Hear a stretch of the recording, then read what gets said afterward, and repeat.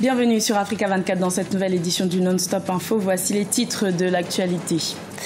Nomination à l'Assemblée nationale sud-africaine de Nkosazana Dlamini Zuma, une désignation qui fait polémique à 3 mois des élections internes de l'ANC.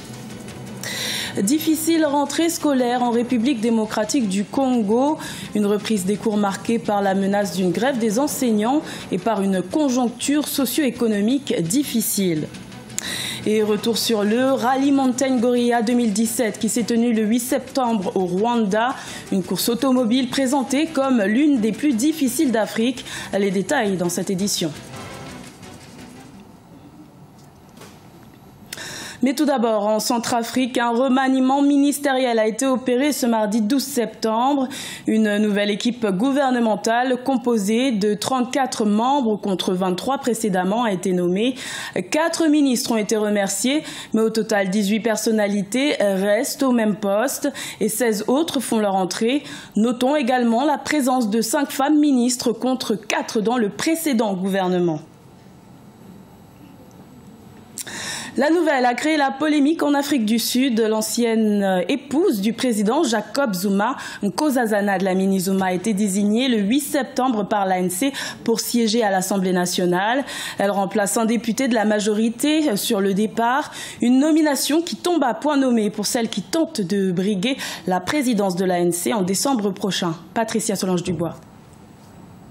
À seulement 3 mois de l'élection pour la présidence de l'ANC, le Congrès national africain a désigné le 6 septembre Nkosazana Dlamini Zuma comme députée à l'Assemblée nationale sud-africaine. L'ancienne épouse de Jacob Zuma remplace le député démissionnaire Poulé Mabé. On lui prête la volonté de concourir en 2019 au poste du président de la République sud-africaine. Et si c'est le cas, il y a des étapes préalables pour être candidate à ce poste-là. Et une des étapes est de donner à Mme Zuma une sorte de tribune, la possibilité de s'exprimer, de se faire entendre.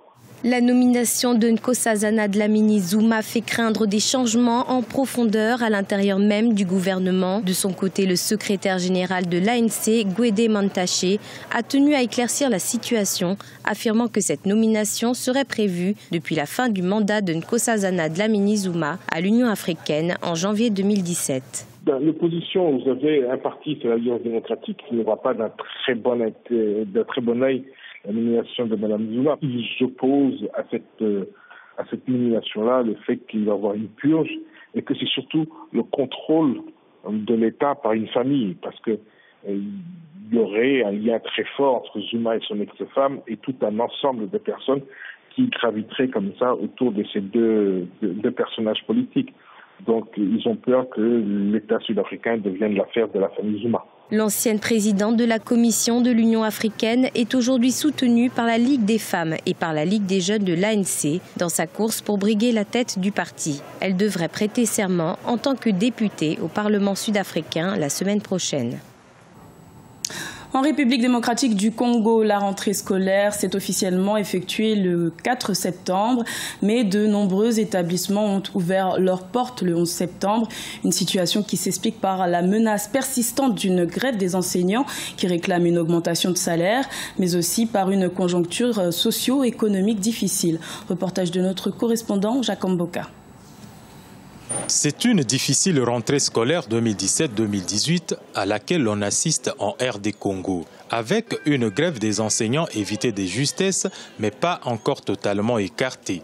Si dans certaines écoles, l'atmosphère semble revenue à la normale, dans d'autres, le climat est plutôt morose.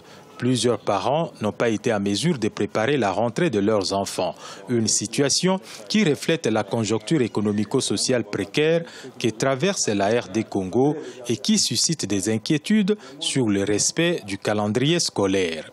Il y a encore des parents qui ont des élèves à la maison parce que, compte tenu de moyens, les élèves n'ont pas de cahiers, n'ont pas d'uniforme.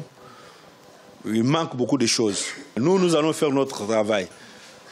Mais si l'État congolais n'arrive pas à répondre à notre suggestion, je pense qu'on peut arrêter à mi-chemin. Prévu le 4 septembre 2017, la rentrée scolaire ne s'est effectuée que dans quelques établissements, ceci après d'âpres négociations entre les ministères de l'enseignement primaire, secondaire et professionnel et les syndicats des enseignants. À ce jour, toutes ces revendications ont un début de solution. Certes, le pays traverse une période difficile, mais la volonté de rencontrer les préoccupations de nos syndicalistes est tout à fait palpable parce qu'eux-mêmes en sont conscients. Le secteur de l'enseignement congolais mérite plus d'attention de l'État. La prise en charge des enseignants par les parents dans les établissements publics est un facteur qui crée un sentiment de redevabilité des enseignants vis-à-vis des parents, affectant naturellement la qualité et les résultats scolaires des élèves. Avec un salaire mensuel de 120 à 140 000 francs congolais, soit moins de $100, les enseignants estiment qu'il leur est difficile de donner le meilleur d'eux-mêmes. Le Zimbabwe a célébré le 10 septembre l'édition 2017 du Carnaval international de la ville d'Harare. Cette année, cet événement qui célèbre la diversité a été marqué par le contexte économique difficile que traverse le pays depuis une dizaine d'années. Patricia Solange-Dubois. Le Carnaval international d'Harare au Zimbabwe a tenu ses promesses pour la 5e année malgré le contexte économique difficile que vit le pays actuellement. Des milliers de personnes ont pris part à la célébration de l'édition 2017 dans la capitale. Devenu un événement populaire, ce festival célèbre la diversité en rassemblant les différentes communautés du pays. Les arts, la culture et l'héritage du Zimbabwe sont mis en avant lors de différents rassemblements. C'est bon d'interagir et d'échanger entre les cultures. Nous avons pu avoir des danseurs originaires du Brésil et d'Inde et je pense que c'est très important d'avoir cette diversité. Au cours des dernières années, l'économie du Zimbabwe a été entravée par une pénurie de devises étrangères et un déficit budgétaire croissant. Les Zimbabwéens sont nombreux aujourd'hui à être confrontés à des difficultés financières. Si les gens font face à des défis d'ordre économique, ils ont aussi besoin d'être heureux. Pourquoi devrions-nous punir notre peuple ? Nous avons besoin que les gens oublient de temps en temps les défis auxquels ils sont confrontés tous les jours. Ils ne doivent pas être tout le temps préoccupés par les problèmes. Selon les organisateurs, la forte participation au carnaval cette année est encourageante et reflète la nécessité d'organiser des événements similaires pour offrir de la distraction et du plaisir dans un pays confronté à des moments difficiles.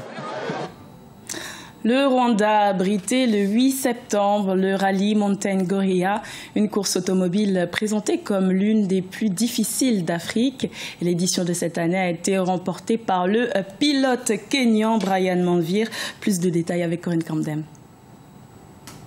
Ils étaient des centaines à assister au rallye Mountain Gorilla, l'une des courses automobiles les plus difficiles en Afrique, qui s'est tenue ce 8 septembre au Rwanda.